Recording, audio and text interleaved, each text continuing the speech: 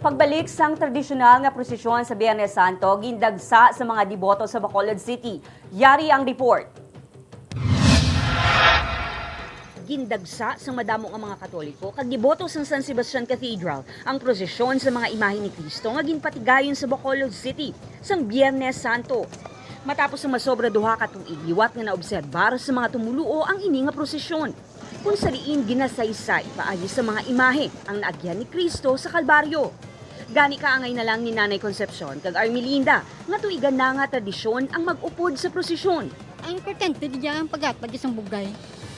Ang ginanlanon ta, sa tanan nga oras. Oo, gaano giko, ga precision giko para balay ng sacrifice. Halindalan Rizal, Pakadudalan Araneta, pabalik sa Cathedral ang ruta sang prosesyon. Gani kalipay para sa isa ka pamilya sa Bacolod nga pila sa ilang mga imahe ang liwat na gamit sang simbahan sa pagselebrar sang Semana Santa. Panata na ini sang pamilya bilang pagpasalamat sa tanan nga bugay nga ilan nabaton. Sa tradition, we should continue doing this so that the future generation will be able to appreciate the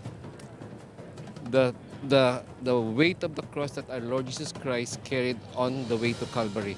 Ang ini nga selebrasyon ang nagabilin sa mensahe nga ang kaluwasan nga ato na angkon, ang grasya halin sa makaako.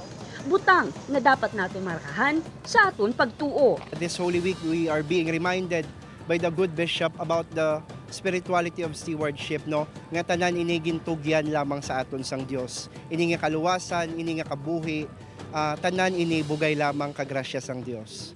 Upod Gerwal Banggoy, Aileen Pedraso para sa GMA Regional TV Early Edition.